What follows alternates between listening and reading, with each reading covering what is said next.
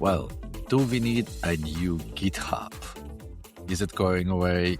Other alternatives? Why people are leaving? Today, we are looking for the code forges for agents. Together with me, Andrey, Fernando, and Vladimir. It is Agentic AI for DevOps, episode 15, recorded on July 17th. Here we are.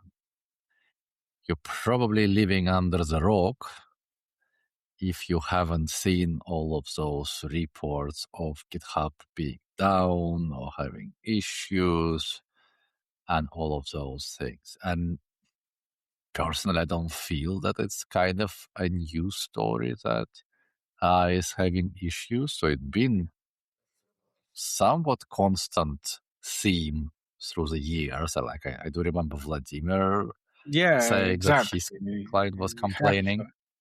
We had that problem because GitHub usually was down during our peak work hours. Basically, just hit people so hard. And it was so annoying. Some people are even considerate. What if you move to GitHub Enterprise just to host it? Self-hosting GitHub Enterprise because it was more self-hosted. Maybe our team, can do better when GitHub himself, in terms of SLA and so on. But yeah, it's annoying. And that was before all the agentic AI thing happened. Yep. Yeah. I also had the same experience 2 years ago. Constantly this kind of stuff would happen, right? Especially with the GitHub actions, like just dying, and then you cannot run the checks on pull requests, and then that's it. Everyone is blocked, right? So somehow I don't have an experience of GitHub being down all the time comparing how people describe it. Like you're having issues, but I have maybe a guess. Maybe I'm working in the wrong time. Yeah, I think this is the thing, because maybe they do a whole risky operation when it's a night time for US, and then the issues happen. So just by theory, because it's why it hit my customer so hard, because it's right in the morning for you. So there was that. Then the volume of the everything happened on GitHub more or less 30x in 2025, 2026. So that's another thing that kind of contributed to the capacity. And we should give a credit to GitHub for not falling over. I mean, if you're getting hit by 30x of your normal operational volume and it's sustained 30x, and you're still able to maintain operations without, being down all the time, which some people say they are. I probably would disagree, but they still managed to maintain at least 9.9, right? And I'm not really sure how many nines after the dot there is. Maybe 98% availability, but still pretty good for the website, generally speaking, with such load. And there's all complexity. GitHub is not just a website; it's a whole API behind that, and the many functions. Yes. And so on. Yeah, and the infrastructure for the agents, right, for the runners and all of that. And now, as you were mentioning about these percentages, right, it just crossed my mind how it is with Anthropic. You see how many times if you go to their status page, the red thing is insane, man. So. Yes. It's interesting, right? Everyone throwing the stones at GitHub, but it's, as you said, I think they managed still to handle that huge load. And I saw even yesterday as a thing popped in my mind, someone that is a marketeer, I think, and she took a screenshot of her GitHub profile, put it on LinkedIn and say, hey, if you're a marketeer without a GitHub profile today, you're being left behind because, all the things that people are creating with the coding agents. So you even have a different category of people, right, that are now on the platform as well, not just agents, but people that before wouldn't write any code. I actually, in my last presentation in Bangkok on the AWS Summit, I compared GitHub to Instagram. Because, now technically, likes are stars, repository, it's your picture. So yeah, it's an interesting analogy indeed, right? It feels like social media now to a certain yes, extent. exactly. It's even have a feed, GitHub have a feed and news. If you want to scroll something, you could scroll GitHub. Yeah. And thing is that, they managed not only sustain 30x load, but also do that while being owned by Microsoft and doing that on Azure, which people don't give them enough credit for. Because we're going to explain maybe a bit. And Azure things are it's a bit more velocity in the changes, how APIs changes, what things are available in that type of API, another type of API. So I know it's challenging for our team to keep up with all of this way of working and so on. While you're also spending good time of your day on the meetings, like being in an enterprise. Anyhow, but also talking about enterprise, what enterprises do? They do reorgs, and a lot of people online actually attributing the GitHub struggles or perceived struggles to the Microsoft reorganization, where the GitHub from being they stopped being the independent business unit and they were folded under the core AI organizational unit with a focus of AI everywhere, like AI all the things. So that's why you're trying to select actions tab and continuously clicking agents, which basically appeared at the place where the actions button was. That's why. So AI, all the things. And they trying to do GitHub, I guess, AI native first, maybe, but like when you do that through the big corporation for the established product with a bunch of legacy, plus there is a lot of talk about how GitHub was neglected and there are like not enough features. I mean, like you've been using GitHub. I mean, like the UI and the functionalities didn't change over years that much. I mean, like the huge change was where they allowed you to rebase and squash. That was like the huge change. And then I think for a long time was quite stable, right? Was the default Git stuff and then the flow, and then GitHub Actions came finally when people were like, oh my God, these guys don't have it still like a pipeline feature, which Bitbucket had. GitLab was built GitLab around was that, really right? pushing them. Yeah, so it was quite a thing. And I think after that, indeed, you would feel like there wasn't much new happening. And then the whole AI thing came like crazy with the GitHub Copilot and then building the AI features into the product, which is a lot more intrusive and can cause a lot of these downtimes, right? So it could be, I wonder as well if it's not because of that, like how fast things like if there's AI everywhere, it's most likely AI also in the product, right? Development of the product. And then you see a lot of this fix forward mentality now, right? Reading around also like influence from Anthropic, the guys who created Cloud Code. There's a lot of these, like you just fix forward, it breaks, we fix it and you keep moving forward. That's why there's all this. So it could be instability in that sense as well, not just for load, right? I don't know if you guys saw something around that as well, right? But just wondering. And well, yes and no, but the reason why we're discussing this topic today is, I mean, still GitHub was a staple and you didn't really had a good reason to go anywhere. You still could code GitLab maybe. There are like Bitbucket and other strange options available, but technically, first of all, you didn't have a big reason to go anywhere.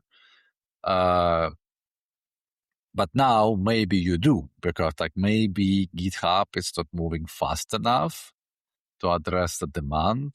Well, there is, and then you can also argue if there is a demand, because again, agentic AI, everything. So maybe some people argue that we might need to have the GitHub for AI agents, if you will, and to address that. So there is an offering from Cursor, which called Origin, I believe that's the name, and the former GitHub CEO also announced a new offering called Entire, which is, you would be surprised, but it's a distributed Git, which was always distributed. But you just happen to centralize everything on a GitHub. So his proposition saying that we're going to create a mirror of the GitHub around the world. So you can mirror your GitHub repository to them, to their network. And this network, you know how this mirrored network of files is called? Well, it's called Entire. No, I mean like it's the torrent ecosystem where you kind of mirroring things around. Yeah, so just pop up in my mind. Just pop up. Yeah, mirroring is only only a part of it. So the mirroring is because they say yes, things will be on GitHub because people don't have a strong reason to leave. So like there will be a lot of inertia. People will be still on GitHub, and they don't have all the features around it. So like the Git itself have not changed much, right? But GitHub built features around it, like CI, like that we'll be bringing up all the time. I think being most useful out of them. But then you have issues, you have discussions, identity, well, a lot of stuff. So they're bootstrapping that entire thing. They're bootstrapping it, and obviously people will not move their stuff. So they say like you're going to be mirroring it, and you can then clone and do the branching and everything from our mirror, and they promise you a higher throughput. And I don't know if you need that. Like, I mean, like generally like at least in my experience, which is very unrepresentative because again, like you notice that I'm not bashing GitHub for being down all the time. I mean, like the speed of branching and cloning, I don't feel that it's like a problem for me today. In a GitHub, there's a very tough limits inside API. It's only 5 or 15,000 requests per hour, which is per hour. And in a human-like speed, yes, I can branch, I can review, I can add comments in that speed as a human. But if you multiplex myself by 30 or 50, I'm already hitting these limits with my CI/CD pipeline, who is hammering GitHub API automatically. Okay. I find a way how to manage it, but with agents, it's going to be 10x or basically with 30x. Where is go? So but GitHub have to protect themselves obviously because of if you not protect the API, it's going to be much more downtime. It will be like a Twitter in the big early days of Twitter. Yeah, actually, you're making a good point because I do have a couple of CI jobs that just check all of the repositories and, like check that, like how it's configured, for instance. If you ever manage GitHub organization via Terraform, so that thing we're going to fire a lot of requests against GitHub. So then, but this is GitHub API. So like you're actually checking how GitHub is configured. That's not the Git clone and Git branch, which are like the native Git operations. It's it depends how we do them, but it's maybe a new way of thinking, new way of doing. It's at the moment how we have to do. We have to clone the repo locally and then perform committing, rebasing, or whatever we need to do locally on the file system.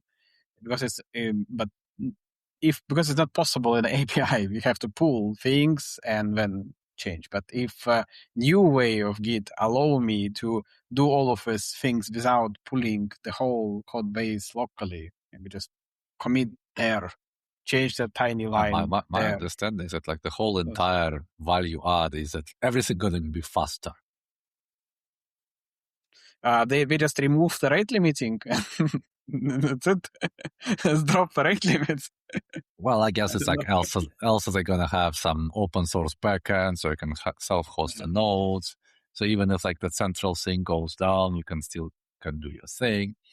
I don't know. I guess it's fine. I haven't looked into what Cursor is offering because it's allow listed, so you have to wait. Yeah, but there's some kind of news or blog post what is behind the origin, and at least the promising. The promise is to have like as 22 kind of commit per second per repo. 22 per second commits, which obviously current GitHub API not allow you to do this.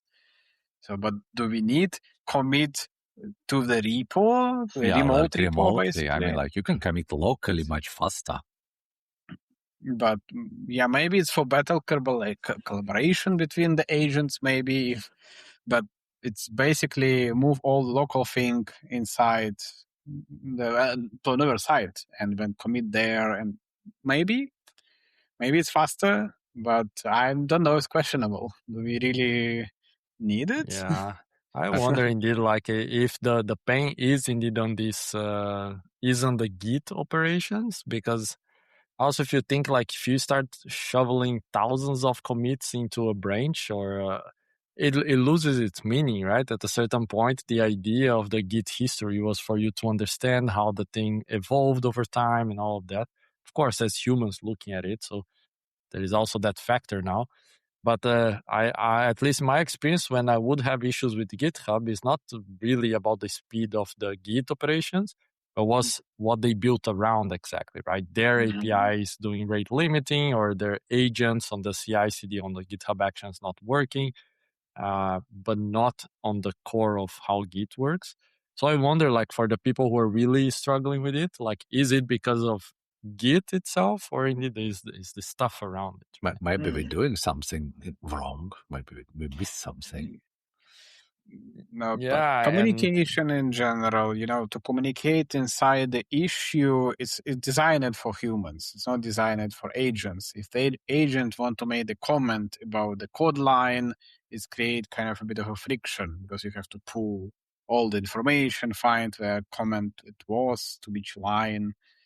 But it's not related to Git. It's related to, as Fernando says, to around things.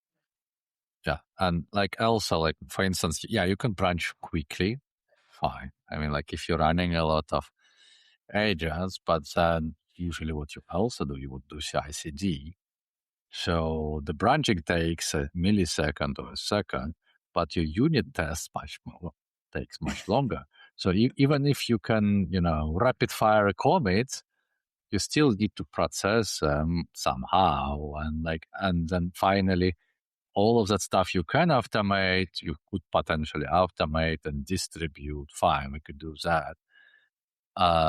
Still, like, unclear how wise is this, because if you remember Agile Manifesto, there was a line of the art of reducing the work, and like doing less is a good thing. Here we're saying about doing more, reminds me this meme that now with coffee I can do much more stupid stuff faster.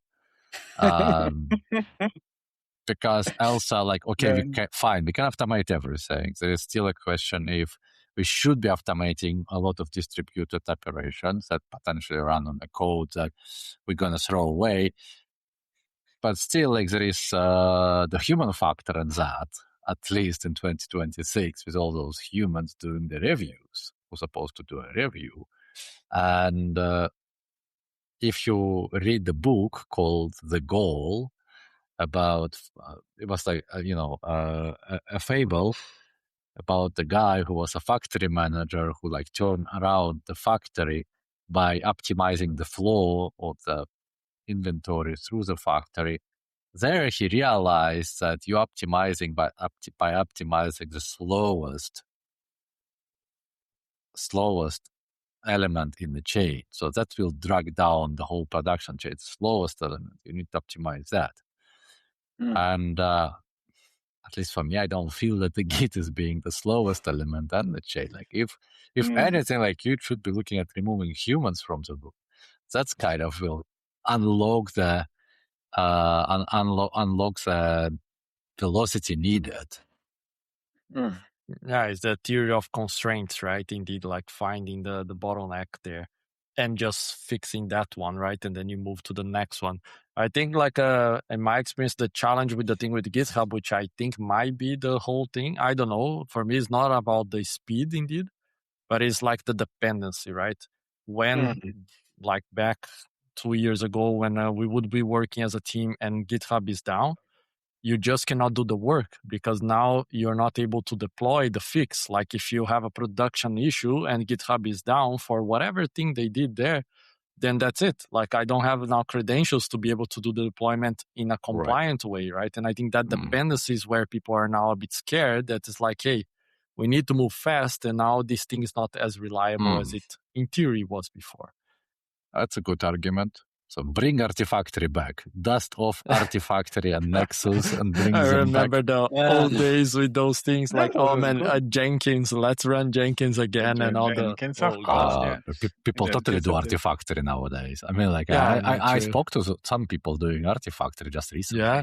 Oh man, I haven't seen that since 2019, I think. So, but if you're back to this agent and Git operations, maybe what at least I'm not think about in the past, it's maybe the scale itself. If like it's we scale it to incredible amount of agents, like I don't know, 100,000 of agent clone the GitHub repo in the same time. 100,000. If it's a big monorepo of one big company.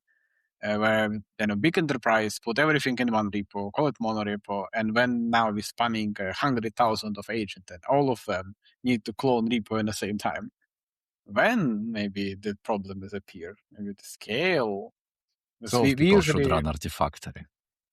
Thank you. Yeah, but I think all of us maybe mostly go in a multiple repos approach, but if it's a monorepo, if it's one single repository, and after this problem become the problem, and you need to rebase, constantly rebasing things, is going to be complete mess if the 1,000 agents go there. I don't know if you guys saw, I saw it today. I think the guy who created Cloud Code, like he shared this thing on 4 levels of using AI. I don't know if you guys saw this, like, and he's saying like, hey, okay, level 1 basically is like a pair programming thing. Level 2, you're coordinating about 10 agents yourself. Level 3, there's like about 100 agents. And then level 4 is like 1,000 plus, which reminded me of this. At that scale, then indeed, right now you have like you're hammering your infrastructure with a lot of Git operations at the same time. Then yes, but I think like as he says it himself as an example of someone who is really pushing for this, right? He says, I'm level 3 as a person, and we are trying to push Anthropic as a whole thing towards that direction, right? So even like a frontier lab is not at the level of thousands of agents. So you could think that most people complaining about GitHub are also not there, right?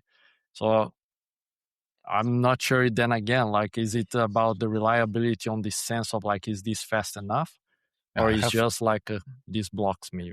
An update on this. So we spoke with Viktor Menvich in episode 13, where he went in quite a length about CMAX.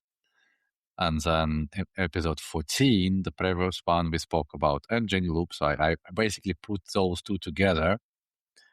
I took all the Victor's advice on how you could use a CMAX stubs. So basically, you can span the agents in a CMAX stubs, and then the orchestrator could, through the CMAX API, can look what they're doing there and like observe them. So basically, CMAX gives you a framework for the agent orchestration in a form of terminal. And like, for instance, when Cloud Code launches the sub-agents, you cannot really see what sub-agents are doing. Here, since it keeps opening up and closing the tabs, you can actually look what's going on there. And I also got myself a bigger subscription for Codex. So I did have that engine, the loop running for like 12 hours, 13 hours, and so on. So yeah, it's possible, totally. But still, the bottleneck there was that the model would just run in some issue or like, and start going the loops. Like, yeah, I failed to solve it. Let's start a new iteration. That iteration also failed. Let's try a new approach. And like, you really have to spend time on a scoping, saying like, look at a small pieces so you can actually do that. Don't try to eat the whole elephant in one go. But still, like most of that stuff going on locally. And if what the next step I could do, I can obviously parallelize that. So instead of doing one attempt at a time, I can ask a planner to span 3 or 4 agents approaching the problem in a different direction, and then choose the best, like what's succeeding. But then I don't really know what kind of subscription you need to have as an individual or a company. And those are like, those 5x, 20x personal subscriptions that you cannot get with your enterprise subscription, which means that the company would be, like if the company would pay for that, they would probably be paying the API rates, which would be quite expensive. It's gonna be like 5,000 to 7,000 per month per developer who is doing that way. It's possible to estimate, but this is best of 5 or best of 3 approach. I think it was kind of famous before the 4.7 or 4.6 models, because this generation are able to do it themselves under the hood and spend multiple versions. And plus, it's still a problem of choice, how to choose which of these 5 options are the best. So you have to describe it as well. So you have to but if you can describe the best solution in advance, so probably you can just do it without spending 5 of them. But people do this. Maybe with different models, 5 different models, the same problem, see what's happened. But quite expensive. Yeah, expensive is a lot of wasted effort in tokens and things, right? So I haven't tried these like long, super autonomous runs yet. I think you did, right, Vlad? Like, I do. Because I always feel like the quality at the end is gonna be very meh, because there is no. The model is gonna make decisions like and go a bit with it. Maybe I don't know, with Fable 5 is different, or like this new the GPTs, the new ones, Soul, Luna, and the stuff. I don't know why people running around with ChatGPT. I mean, like this Codex 5x model. Yeah, I don't know, but it's like not even close to Fable, at least in my testing. Yeah, so because this, unless the problem is very narrow, my feeling is like if you give it something too big to chew, then is indeed like, then you need to say, hey, spin up 10 different agents. All of the 10 are trying to solve the same problem. So you try to pick the one that solves it best. Man, the amount of wasted tokens on this, it's insane. Like, and why is the big rush, right? Like, why do we're all trying to do this? I don't know. Like, for me, it's still a bit of a resistance to go all the way in that way, like completely hands off. Yeah, more for the quality, right? But it's probably possible if it's different loops and you can give different reasons or different goals for spanning agents. If one approach is shortest and easiest possible solution, another one check it for security after that. So if they focus on a different goals, maybe spanning more of them, it makes sense because they able to find a consensus after. But I don't know. I'm not that scale. I guess initially we talk about the Git operations. I'm not in that scale, but potentially maybe some other companies, they just struggling with pulling repos on the machine, like as a cloning operation. So it's kind of take time because if you spin a new agent, you have to clone the fresh repo, and depends how many you. But I think the bottleneck for me, it's an internet connection, to be honest. It's not the operation of a Git. It's how fast I can pull it to my machine. So, like if you're getting mirrors, and like if it's distributed mirrors, and it's getting things better. So the one argument is like, the cloning. If you have a bad internet connection and you're pulling from the local mirror, probably will be better comparing pulling from US. People not vendoring dependencies because not every language even supports that, which means they're dependent on downloading dependencies, and if it's going slow, then all your build processes are slowing down. So that was the argument Fernando made.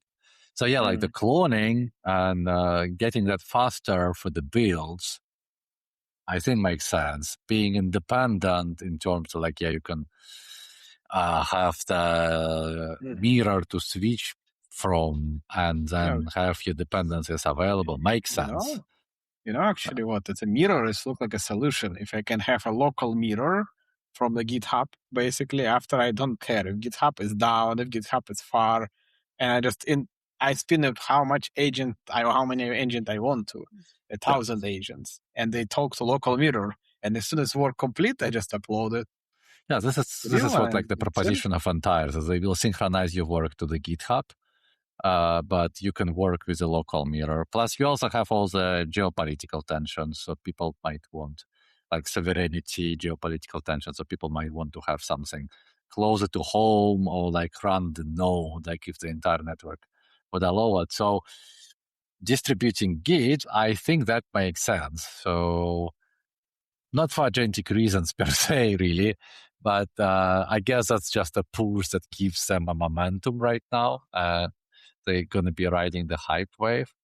But that's a trend to look for. And there is also in the news that GitLab is redoing GitLab completely for the agentic AI, and there is quite a bit of pushback going on Hacker News and Reddit on that. So maybe that's not what they should be doing at all. But time will show, I would say. For now, since we are like a weekly show, our job is to bring the stuff to your attention, keep you up to date, and give a little bit of commentary how we see that.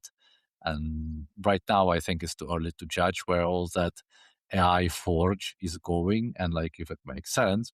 Some of the aspects, well, like not AI Forge per se, but making Git distributed again, starts, I think, makes sense. And there are like good arguments for that.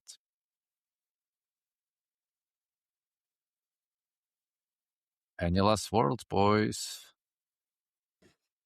Yeah, no, I think that's it indeed. Like, I think the only thing left then is if you depend on other things besides the Git part, that then is what is there remaining, right? Like GitHub Actions as a clear example. Yes. But other than that, yeah, I think it's the mirroring makes sense. If you already dust off the Artifactory, Jenkins is the next step. Leave it there already like a dormant, so then when you need it, you can just spin it up. Yeah, like put the Jenkins jar file to your Artifactory together with all the plugins you use. Oh man, good old times, or maybe not so good. It looks like the time goes as a pendulum. We swing from one side to another. Like we went SaaS all the way. Now we're swinging back to the self-hosting of some kind. True. Oh well, let's leave it at here, and we see each other next week. Yeah. Thank you for tuning up. Thank you for listening. See you next time. Bye-bye. Bye-bye.